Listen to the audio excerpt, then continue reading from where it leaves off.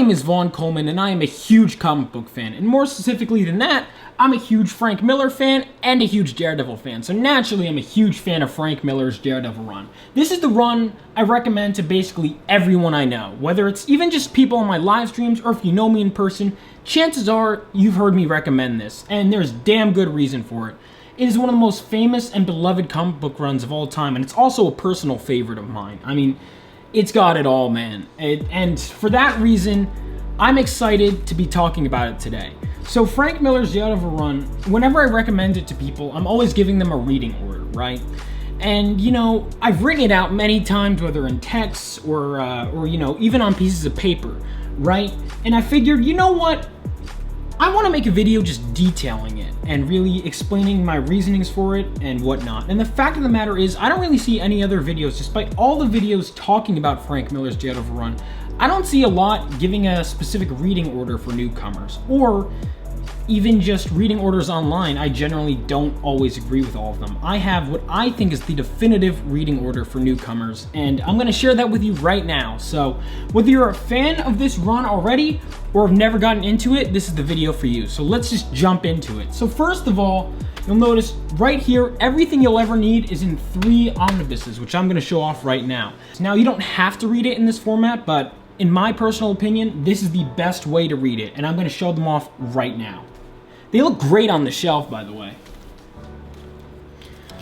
So, here we go. So the first omnibus you're going to want to check out is the Frank Miller and Klaus Janson Daredevil omnibus. This is over 700 pages worth of content and includes their entire original run. So absolutely get this one. It is a must-have, and it looks amazing. When you open the pages, it looks great on the shelf. Yeah, it's heavy, but trust me, you're going to want this oversized hardcover omnibus.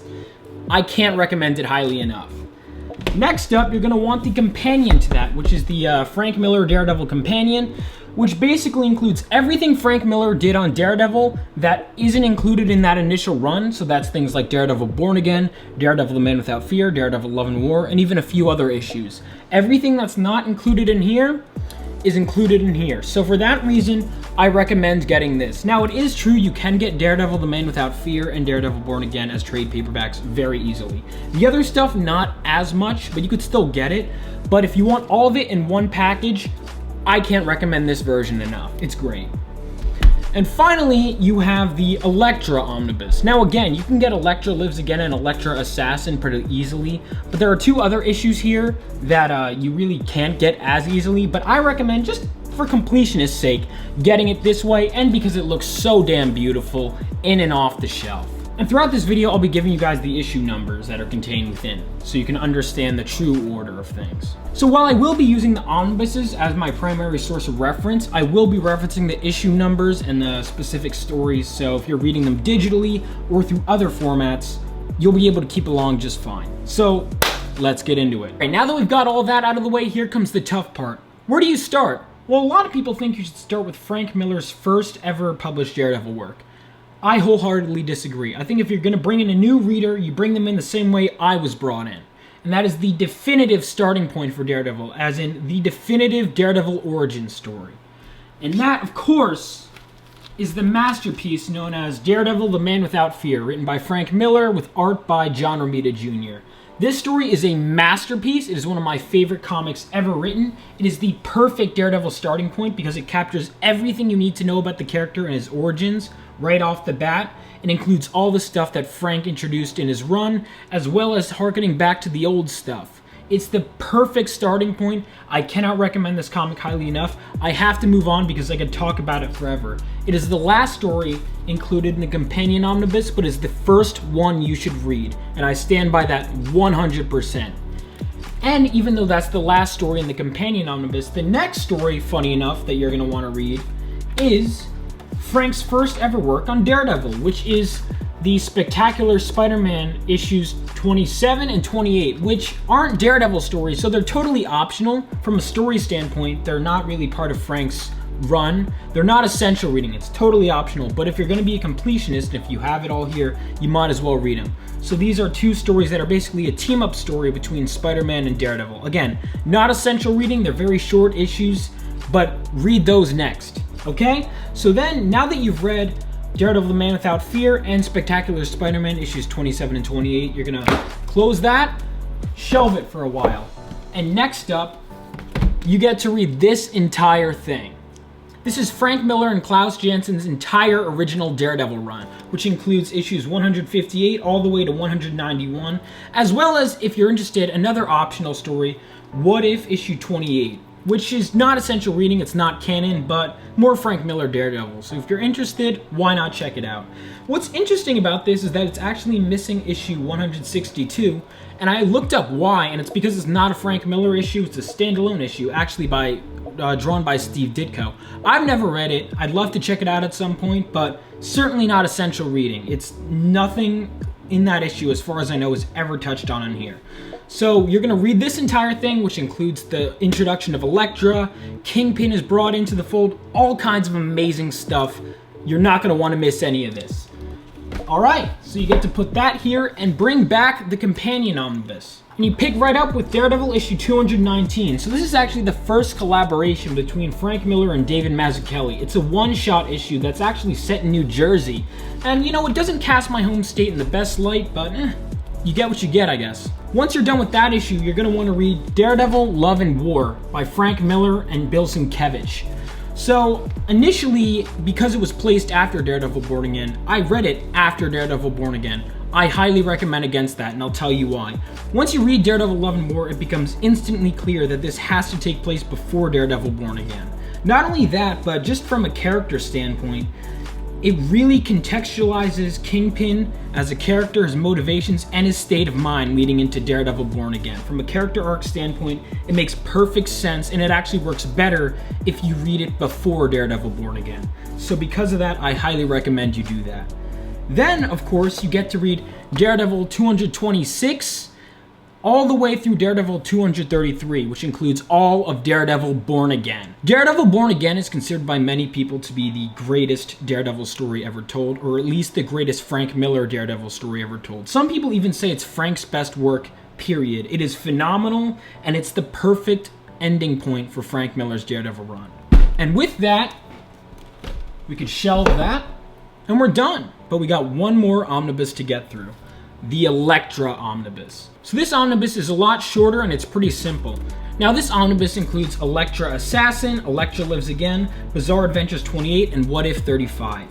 Now Elektra Assassin and Elektra Lives Again you should be able to get pretty easily. However, Bizarre Adventures 28 and What If 35, not so much. Now Bizarre Adventures 28 is just a couple pages, black and white. It's not a super memorable story, but if you want to read it, go ahead and do so. Especially if you have this, you have no reason not to. However, What If issue 35, I cannot recommend reading enough. I'm not even going to tell you what the issue is about, because it would spoil stuff that happens in here, hence why you should read it after.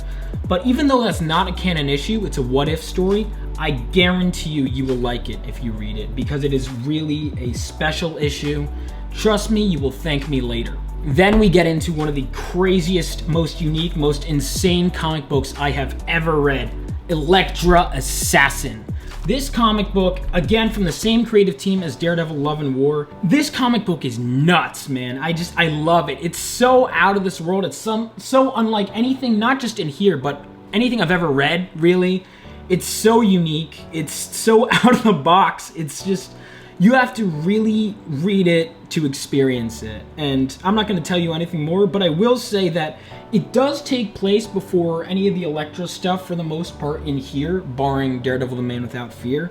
However, you absolutely have to read it after all this stuff in order to fully appreciate it, in my honest opinion. And with that, we're finally here, the last Elektra story, the last Daredevil story, and that, of course, is Elektra Lives Again from 1990. It's the last story Frank Miller did on Elektra. It's the last one he ever wanted to do because he never does anything with the character after that. It's the last story chronologically with both Elektra and Daredevil, and it is the ending point of this whole era. And with that, ladies and gentlemen, that brings an end to one of the greatest runs in comic book history. Now, it might seem daunting at first, but by the end of it, you'll be wishing it continued. But you will appreciate that it's over, because unlike with Batman, where he kept coming back and coming back and coming back, he ended it with Elektra and Daredevil, and It's a beautiful ending. And if you really want to, you can read or reread Daredevil, the Man Without Fear, because it is the last story written after all that stuff, because you get to see how Frank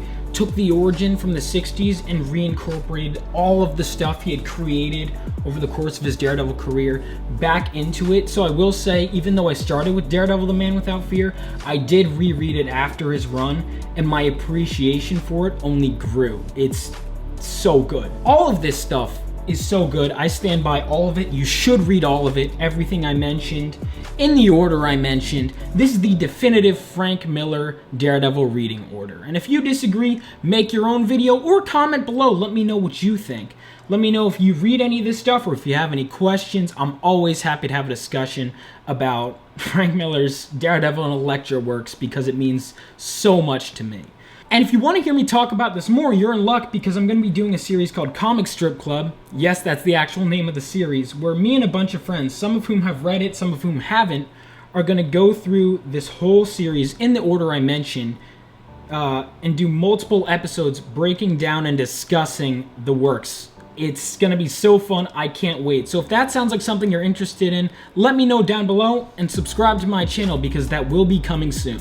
And wait, before you go, I'm a comic book fan, yes, but I'm also a writer. That's right, I have my own comic books in the work. And at the time of me making this video, I have a sign-up list for my new comic book, Living Legends. Living Legends is my own superhero story. Set 20 years after World War III, it follows this teenage boy who was struck by lightning while holding this mysterious crystal, and he wakes up with electricity and super speed superpowers. And he strikes out on his own to become a superhero, only to find himself fighting a villain that's way out of his league. So if that sounds interesting, make sure to sign up. Or if you're watching this video later on and the comic has already been made, you can probably find it in my link tree or somewhere, but you'll be able to find the comic. At least I hope so. Anyway guys, until next time, hit that like button, subscribe for more, and I'll see you next time.